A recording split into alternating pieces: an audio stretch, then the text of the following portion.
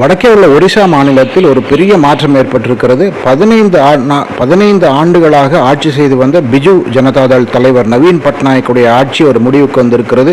இதில் முக்கியமான அல்லது சுவாரஸ்யமான ஒரு விஷயம் என்னவென்றால், ஒரு தமிழ் ஐஏஎஸ் அதிகாரி, தமிழரான ஒரு ஐஏஎஸ் அதிகாரி வி.கே. பாண்டியன் பிஜு ஜனதாதள் கட்சியில் பெற்ற முக்கியத்துவத்தின் காரணமாக அதை பாரதிய ஜனதா கட்சி பெரிய அளவில் பிரசாரத்துக்கு பயன்படுத்தி பிஜு ஜனதாதள் கட்சியை பாராளுமன்ற தேர்தலும் சட்டமன்றத்திலும் வீழ்த்தியிருக்கிறது என்று சொன்னால் அது மிகையாகாது.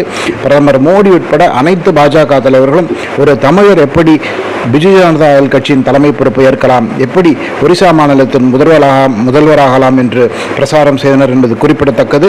நமக்கு பிடித்தாலும் பிடிக்காவிட்டாலும் வேறு ஒரு மாநிலத்திலே ஒரு தமிழர் தலை தூக்குவது பெரிய அளவிலே ஏற்றுக்கொள்ளப்படாதது என்பது மிக முக்கியமாக பார்க்கப்படுகிற ஒன்று.